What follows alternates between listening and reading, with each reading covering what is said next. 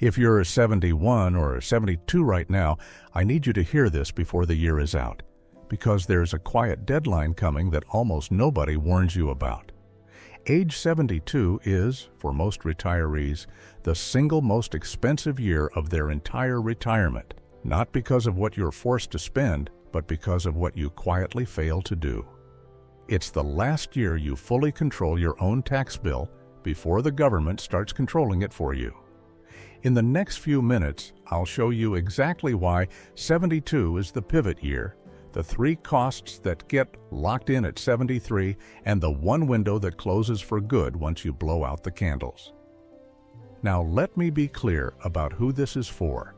This is for the retiree who's done the hard part. You saved. You've got money in a traditional 401k or an IRA. Maybe a few $100,000, maybe a couple million. And you've been told the good news for years. Let it grow. Don't touch it. Defer the taxes. Here's the part nobody finishes the sentence on. Every dollar in that traditional account is a dollar you have not yet paid tax on. The IRS knows that. And the IRS has a date circled on the calendar when it collects, the year you turn 73, which makes 72 your last clean shot. Over the next few minutes, I'll walk you through 3 things. First, the income window that slams shut at 73, and what it's worth. Second, the Medicare trap that's set 2 years before you ever feel it. And third, why the tax bump that starts at 73 doesn't go away. It compounds every single year after. Stay with me, because the third one is the one that quietly costs people 6 figures. Here's the first reason 72 is so expensive.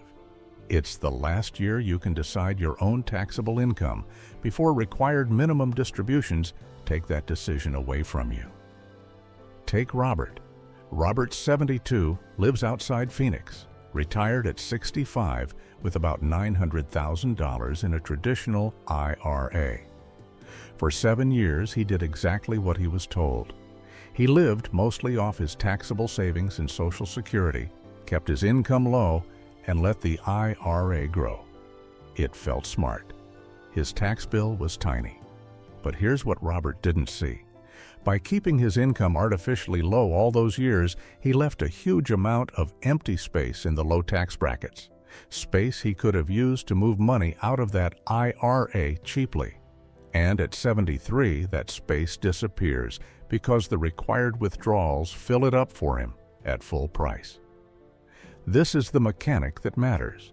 Once you hit 73, the IRS requires you to withdraw a minimum amount from every traditional account every year and pay ordinary income tax on it.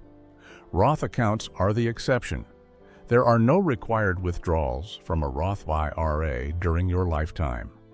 So the years before 73, and 72 is the last of them, are the only time you can voluntarily move money from the taxed later bucket into the never taxed again bucket while you still control the bracket you do it in. The lesson is simple and the clock is real. 72 is your last year to fill up the low brackets on purpose, through partial Roth conversions or simply realizing income while it's cheap, instead of having the IRS fill them for you at 73 on its terms. Robert's missed window wasn't a withdrawal he was forced to make. It was the cheap one he never made. The second cost is the sneakiest one, because you don't feel it for 2 years. Your income at 72 doesn't just affect this year's taxes. It sets your Medicare premiums 2 years down the road. Meet Margaret. Margaret's 72, widowed, careful with money. One year, she did what a lot of well-meaning retirees do. She took a big chunk out of her IRA in a single year to redo the roof and help a grandchild with tuition. Felt responsible. What she didn't know is that the spike pushed her income over a line, and 2 years later a letter arrived from Social Security telling her that her Medicare premiums were going up, not for 1 month, for the whole year. She was being charged a surcharge called IRMAA, and she had no idea it had been triggered by a decision she'd made 2 years earlier and completely forgotten about. Here's how it actually works. Medicare looks back at your income from 2 years ago to decide your premiums today.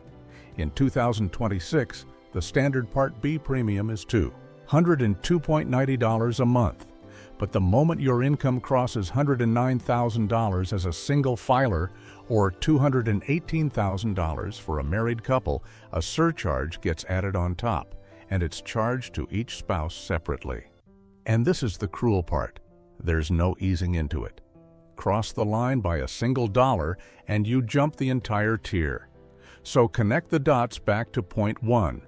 The income you generate at 72, or the giant RMD that lands at 73, can quietly raise the Medicare premiums you pay at 74 and 75. The bill shows up long after you've forgotten what caused it. The takeaway? At 72, you're not just managing this year's tax, you're setting your healthcare costs for the years ahead. Watch your modified income against those thresholds and remember the cliffs. Sometimes keeping income just below a line is worth far more than the few $100s of extra income that pushes you over it. Here's the third reason, and it's the one that actually adds up to 6 figures over a retirement. The tax bump that begins at 73 doesn't happen once. It repeats and grows every year for the rest of your life. Go back to Robert. By leaving that $900,000 untouched until 73, the required withdrawal he now has to take isn't small. And because the account kept growing, next year's required amount is bigger, and the year after that, bigger still. Each one stacks on top of his Social Security and any other income, and each one can nudge him toward the next tax bracket, and 2 years later, the next Medicare tier. The Let It Grow strategy that saved him a little in tax each year quietly built a tax bomb that now goes off annually. And the rules give you very little mercy if you slip. If you miss a required withdrawal, the penalty is 25% of the amount you should have taken, though that drops to 10% if you fix it quickly and file the right form. But there's also a legitimate release valve most people never use. If you're 70 and half or older, you can send money straight from your IRA to charity as a qualified charitable distribution, up to $108,000 per person in 2026, and it counts toward your required withdrawal without adding to your taxable income at all. The lesson ties the whole video together. The moves you make at 72, conversions, income smoothing, lining up charitable giving through your IRA instead of your checkbook, are what defuse the compounding bump before it starts. Wait until 73 and you're no longer diffusing it, you're just paying it every year. Now, here's the honest counterpoint, because this is where a lot of online advice gets people into trouble. For some retirees, 72 is not the most expensive year, and aggressively converting everything you can is exactly the wrong move.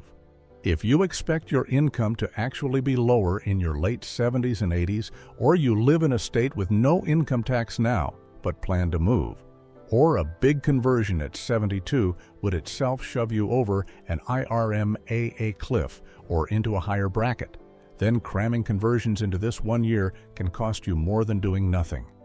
The point of this video isn't convert as much as possible at 72.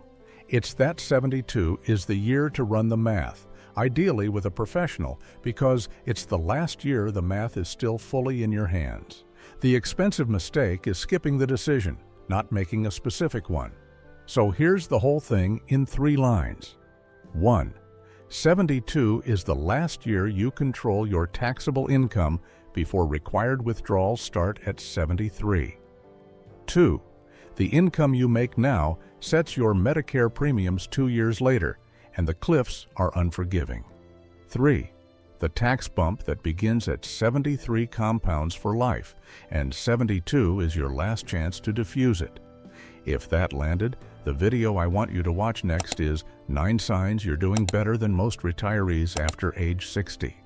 Because once you understand what 72 is going to cost, the natural next question is whether you're actually ahead of where most people your age stand.